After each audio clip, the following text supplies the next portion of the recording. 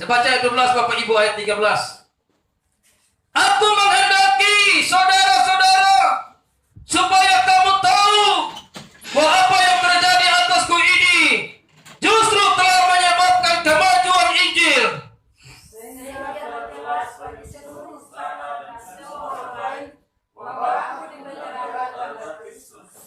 Dan kebanyakan saudara dalam Tuhan telah beroleh kepercayaan karena pengajaranku untuk bertambah berani berkata-kata tentang firman Allah yang tidak takut.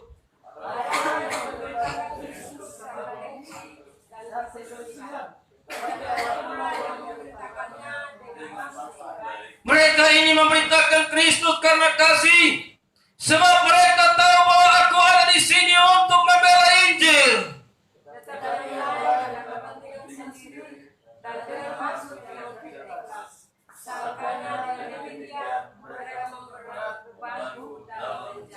Tetapi tidak mengapa, sebab bagaimanapun juga Kristus diberitakan baik dengan maksud palsu maupun dengan jujur. Tentang hal itu aku bersuka cita, dan aku akan tetap bersuka cita. Karena tahu bahwa segala sesuatu ini ialah keselamatanku oleh doamu dan pertolongan Roh Yesus. Sebab yang sangat kurindukan dan kuharapkan ialah bahwa aku dalam segala hal tidak akan bermalu-malu, melainkan seperti sedia kala. Demikian pun sekarang Kristus dengan nyata dimuliakan di dalam tubuhku, baik oleh hidupku maupun oleh mataku. Karena bagimu hidup adalah Kristus dan mati adalah Kristus. Tetapi jika aku harus hidup di dunia ini, itu berarti bagiku bekerja memberi buah. Jadi mana yang harus kupilih? Aku tidak tahu. Aku besar dari dua pihak. Aku memilih dan diam bersama-sama dengan Kristus. Itu memang jauh lebih baik. Tetapi lebih perlu untuk tinggal di dunia ini karena kamu. Dan karena keyakinan ini, Tuhanlah aku akan tinggal dan akan bersama-sama lagi dengan kamu sekalian supaya kamu makin maju dan bersuka cita dalam Tuhan. Bersama-sama sehingga kemenanganmu dalam Kristus Yesus makin bertambah karena aku. Apabila aku kembali kepada kamu, amin. Silakan duduk. Demikianlah pembacaan firman Tuhan yang sudah kita baca di hari yang diberkati ini.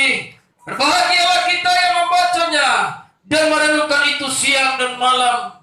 Bapak Ibu yang dikasihi Tuhan, dalam pembacaan ini dengan perikop kesaksian Paulus dalam penjara, kesaksian atau menyampaikan keterangan apa yang dialami Rasul Paulus ketika dia menyerahkan diri pada Yesus Kristus Tuhan. Bagaimana dia seorang penjahat, bagaimana dia seorang pembunuh, tapi ketika menuju kota Damsik, ada suara yang berkata, Saulus, Saulus, mengapa engkau menganiaya aku? Disitulah dia menjadi buta, dan akhirnya dia dibawa untuk didoakan, dan dia menjadi seorang rasul yang luar biasa. Amin. Saudara yang kekasih dalam nama Yesus, ketika dalam perjalanannya 14 tahun baru diakui sebagai rasul. Karena orang-orang takut kepadanya, menganggap dia seorang pembunuh, anggap dia seorang penjahat. Tapi ketika dia menyerahkan diri kepada Tuhan, dia tenggelam dalam kasih karunia Allah yang tidak bisa disingkirkan oleh apapun. Itu yang mendorong dia untuk bertahan. Dia dilempar, dia dipukulin, dicambuk, dan sebagainya. Tapi dia tetap mencintai Tuhan. Amin. Dia tetap mencintai Tuhan. Makanya oleh Injil dia dipenjarakan, dia kasih kesaksian. Aku menghendaki, aku meminta, menghendaki atau meminta saudara-saudara supaya kamu tahu bahwa apa yang terjadi atasku ini justru telah menyebabkan kemajuan Injil.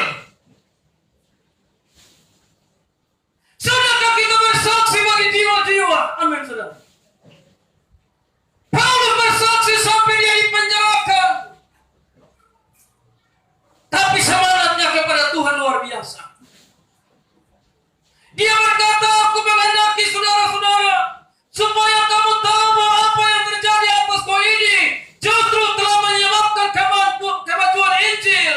Sekalipun dia menderita, sekalipun dia mengalami tantangan, sekalipun dia dicambuk, yang penting Yesus diberitakan, jiwa-jiwa diselamatkan.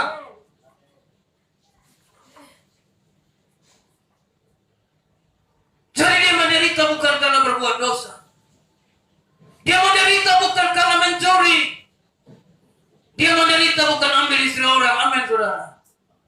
Dia menderita karena dia memberitakan Injil. Amin.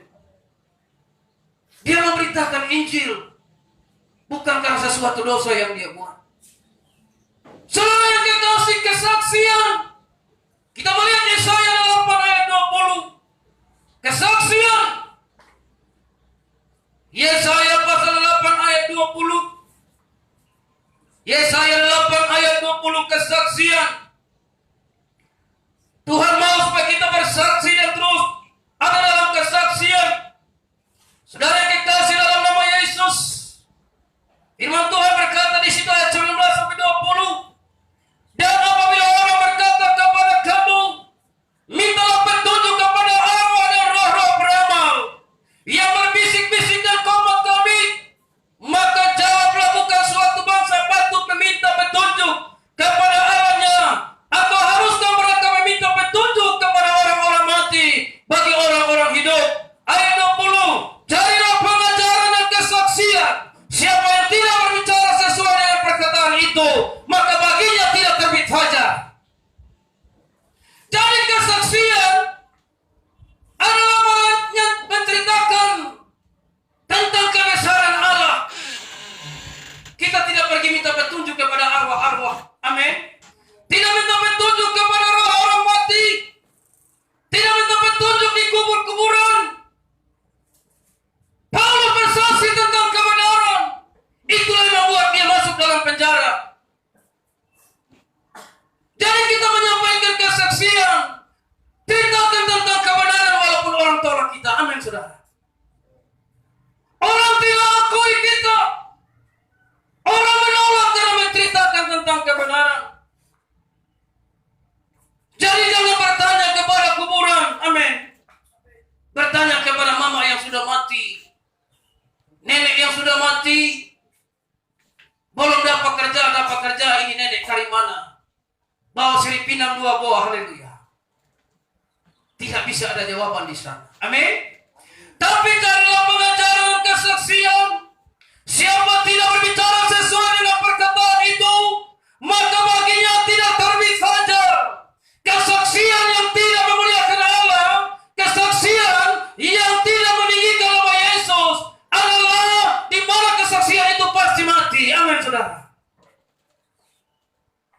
Walaupun orang senang, tapi Tuhan tidak senang. Karena kesaksian mendukung kegelapan. Amin, saudara. Kesaksian mendukung hal-hal yang jahat. Makanya saya heran ada tim doa yang berdoa orang sakit dan bilang, ini lo sakit gara-gara karena saya disiram kubur. Apa urusannya sakit dengan kubur? Tidak ada urusan. Amin, saudara. Ini sakit gara-gara rumah pintu tak salah. Tidak ada urusan rumah dengan sakit. Amin, saudara. Yang salah pasti kita pun dosa sendiri. Amin. Dan juga karena capek, karena virus dan sebagainya. Itu sudah penyakit-penyakit yang ada. Bukan karena masalah rumah, bukan masalah pintu yang bagus, bukan masalah jendela yang bagus, bukan masalah teras yang bagus. Amin. Tapi masalahnya adalah saudara dan saya yang tidak mau hidup dalam kesaksian yang benar. Amin, saudara. Paulus dipenjarakan karena dia bersaksi yang benar. Ketika dia ada di dalam rencana Allah, mulutnya tidak pernah diam. Kemana dia pergi, dia menceritakan kebaikan Tuhan, menceritakan pertolongan Tuhan, menceritakan kasih sayang Tuhan yang Tuhan kerjakan dalam hidupnya. Dan dia menyingkirkan berhala-berhala, menyingkirkan